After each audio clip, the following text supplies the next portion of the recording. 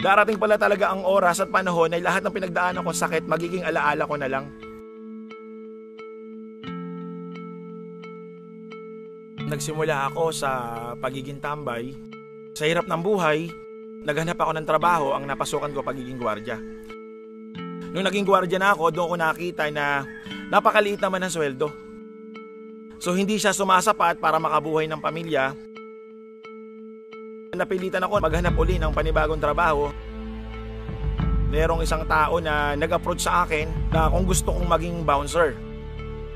Nung naging bouncer na ako, ganun pa din, ang hirap kasi siyempre pag nagtatrabaho ka sa bar, buwis buhay ka na, nakikipag-away ka, medyo marami nang nakagalit, marami nang nakaaway, pinabalik na uli ako dito sa Bulacan. So nag-apply naman ako sa pagiging pahinante. Mahirap talaga yung trabaho kasi nagbubuhat. Hindi rin ako masyado nagtagal doon, naalis ako dyan sa trabaho na yan. Doon ko nakikita na sabi ko sa sarili ko na ganito pala ang reality ng buhay. Diba? Parang wala na akong pag-asa na umasenso. May pangarap naman ako sa buhay. Balik na naman sa dating gawain, balik na naman sa dating kong napainom-inom. Doon ko nakita na ganito na lang ba yung buhay ko. Doon sa 2 taong tambay ko, sabi ko sa sarili ko, subukan kong mag-gym para sa sarili ko din, para sa maging healthy ako. At doon ko nakilala yung tao na nag-imbita sa akin. Doon ko nakilala yung Royal. Sabi ko baka ito na yung kasagutan sa matagal kong hinahanap. Sa madaling salita po, totoo lang, nung nag-start po ako, wala naman akong pera kasi nga tambay nga po ako. Yun, nangutang po ako, naghanap ako ng mahihiraman, nakalikom po. So hindi po ako nagdalawang isip na mag-start na sumali sa Royal. Nung ako po ay nag-Royal na, dito ko po natutunan na sa isang pag-asenso at kahit ano bang negosyong pasukin mo, wala po palang overnight na pagiging successful. Andun po yung discouragement, andun po yung rejection, andun po yung sakit, yung lahat ng struggle. Unang-una po mga negative sa akin dito yung mga kamag-anak ko. Lahat po yata ng mga close friend ko, yung mga sanggandikit ko, nung ina-approach ko na sila ng Royal, sila pa yung mga kauna-unahang nagdi-discourage sa akin at kauna-unahang nagre-reject sa akin. Kaya lang po tumatak sa isipan ko, sabi ko, bakit ako maniniwala sa mga tao na to? Ako naman po nakakita ng Royal. Kitang-kita ko po na may mga talagang nagbago at umasenso ang buhay nila. Pinaniwalaan ko lang po yung sarili ko, sabi ko, darating yung panahon, ako mangyayari din sa akin yan. Sa totoo lang po, nakikitulog po ako sa isang kagawad, nakiusap ako na pwede bang sa kanya muna ako tumira kasi wala pa akong matirahan talaga. Tapos natutulog po ako sa semento lang. Katabi ko po yung isang CR doon na kabaho po. Dumating din po yung punto na wala na po akong makain, pero ginagawa ko yung Royal na ipinaparamdam ko sa taong kinakausap ko na yayaman siya pero hindi niya alam na ako po ay walang laman ng sikmura.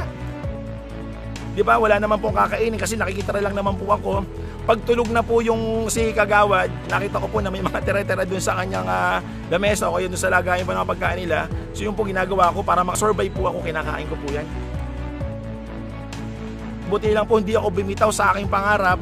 Buti lang po pinagpatuloy ko yung aking pinapaniwalaan na sabi ko darating din sa akin yan, mangyayari din sa akin yan. Darating yung time na itong simpleng taong katulad ko na dating tambay, magsasalita sa harapan, ipipreach ko yung magandang balita. Yung 3 taon na pag-Royal ko, ay grabe po, hindi po talaga ako kumikita ng maganda dyan. Dumating po sa punto na talagang maghapon tubig-tubig lang, buong araw tubig-tubig lang kasi wala pong pera. Minsan po kumukuha ako ng cheque, kumukuha po ako ng income 450 pesos. Pagpunta ko dun sa counter, nakikita ko yung mga kasabayan ko, ang cheque nila 20,000, ang cheque nila 100,000. So ako po ay liit na liit sa sarili ko. Hiyang-hiya ako na yung cheque ko 450 pesos, niluwas ko pa, kailangan ko kasi kailangan ko po mabuhay. Darating ka ako yung oras, kahit 450 pesos ito, darating yung oras, magiging 6 digit din ito. Nilakasan ko po yung aking loob. Yung 1 to 3 years sa sobrang hirap, totoo lang po, nakasabit na lang ako. Buti na lang hindi ako bumitaw. tinatanong ko sa sarili ko, ano bang kulang? Kasi kahit pa paano naman po, andyan na yung lakas ng loob andun na yung mga activity ng aking ginagawa. Doon ko nakita na bakit ako nahirapan, kasi ang kulang pala sa aking buhay that time, kulang pala si Lord pala. Napakalaki pala ng kulang sa akin that time. Doon po dumating ang punto na halos wala na pong ginagawa, pero yung blessing andyan po. Because of the system po ng Royal yan. At ako po ay naniniwala na ginagamit po ni Lord ang Royal to be the channel of blessing sa maraming tao. Doon po ako na-awardan talaga ng pagiging executive circle. Doon po ako nakabili ng sasakyan. Doon po ako nakakatulong na sa aking mga mahal sa buhay. Natutulungan ko na po yung mga anak ko. Na dati po yung mga anak ko na nanghihingi lang sa akin ng konting pera, wala po akong maibigay. Isa po sa mga magandang nangyari sa akin, yung mga anak ko na dati hindi ko nabibigyan, ngayon po nabibigyan ko na. Na dati hindi ko na ilalabas, hindi ko malang naipamamasyal ko na. Ngayon po, nakakapag-aral sila ng maayos. Sabi ko, buti na lang, nag-royal ako. Nagpapasalamat po ako sa aking mga mentors. At syempre po sa aking isa sa mga ina-idol ko po, kung bakit po ako talaga ay isa sa mga nagpursige din, ang aking grand upline si Mr. Ernest Salazar, na halos ang buhay niya po at buhay ko hindi naman nagkakalayo, na maparas lang po kami ng level ng buhay. Sabi ko sa sarili ko, kung kinaya ng tao na to, hindi po pwedeng hindi ko kayanin. So dito po naman sa Royal, nakita ko na pantay-pantay lang. Hindi po pinag-uusapan dito kung ano pa yung background mo. Hindi po pinag-uusapan dito kung ano ka dati. Dito po ang pinag-uusapan kung may pangarap ka lang sa buhay. Pinag-uusapan po dito kung gaano ba kalaki at kalalim yung dahilan mo at yung mga pangarap mo sa buhay. Doon po sa mga tao na nag-i-struggle dyan, wag lang po kayong susuko. Lahat po tayo makakarating sa finish line, wag ka lang bibitaw, wag ka lang aayaw sa mga pangarap mo. Ako po si Leandro Sarne at ito po yung istorya ng buhay ko.